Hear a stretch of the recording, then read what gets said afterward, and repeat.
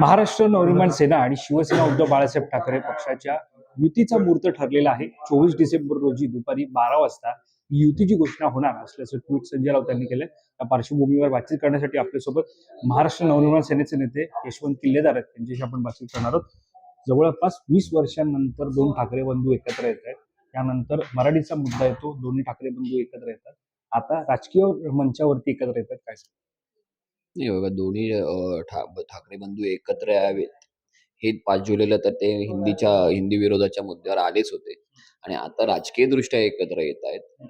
ही ओढ जी आहे ही ओढ दोन्ही पक्षाच्या कार्यकर्त्यांना अनेक वर्षापासून लागलेली होती, ती आज पूर्ण होते. त्यामुळे दोन्ही पक्षाचा कार्यकर्ता हा साठी हा उद्याचा क्षण सुखावणारा असणार आहे आणि सगळे आनंदित असणार आहेत.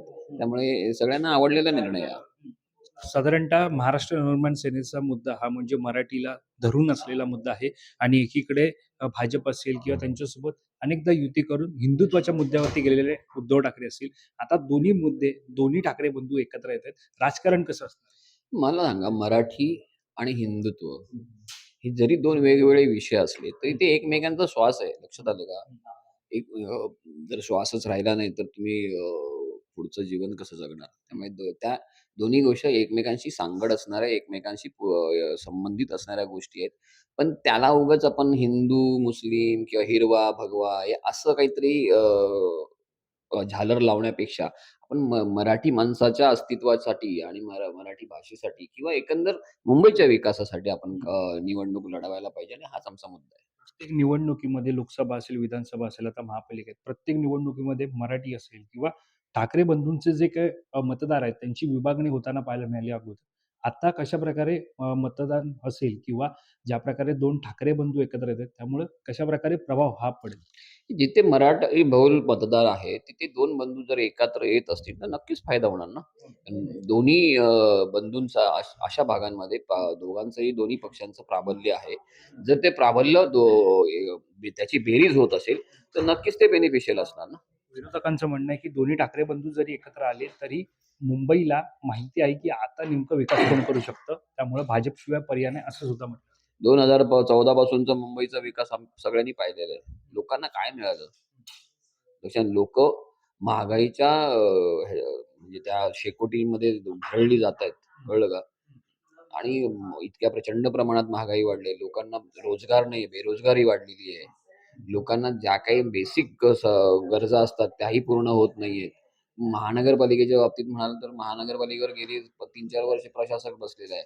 त्या प्रशासकाच्या माध्यमातून महानगरपालिका कशी लुबाडली गेली आहे, किती एफडीज विड्रॉ केले गेले आहेत. ह्या सगळ्या गोष्टीचा उहापोह केला तर कुठल्या विकासाच्या गोष्टी आणि गप्पा मारतात ते? ज्या प्रकारे शिवडी असेल, दादर माहीम असेल, भांडूप पिकळी असेल, या जागांचा सातत्याने चर्चा युतीच्या माध्यमातून समोर येत होती. काय तथ्य त्यामध्ये चर्चा जागा वाटप आहे तो तिढा सुटलेला आहे? आता तुम्हाला म्हटलं तसं, जिथे मराठी बहुल मतदार आहेत तिथे दोन्ही पक्षांचं प्राबल्य आहे आणि असं प्राबल्य असेल तर तिथे दावे प्रतिवादे होणं हे स्वाभाविक आहे. म्हणून काय त्याच्यामुळे काहीतरी तेढ निर्माण झालं असं काही होत नाही.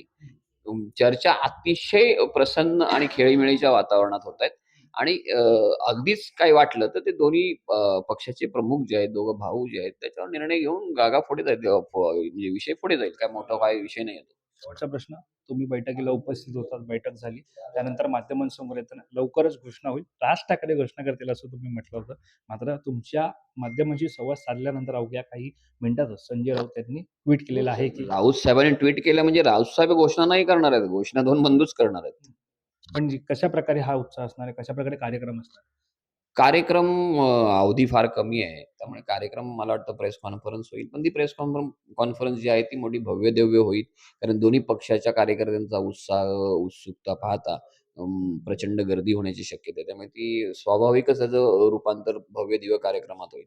धन्यवाद. आमच्याशी बातचीत केल्या तरी होते मनसे नेते यशवंत किल्लेदार आणि महाराष्ट्र नवनिर्माण सेना आणि शिवसेना उद्धव बाळासाहेब ठाकरे पक्ष यांची ही युतीची घोषणा ही दुपारी आता 24 डिसेंबर रोजी दुपारी 12 वाजता होणार आहे. त्यामुळे आता कशा प्रकारे राजकारण ठरतं, जागा वाटप ठरते याकडे सर्वांचं लक्ष. कॅमेरा पर्सन अजयसह मी वैभव पाटील, मुंबई.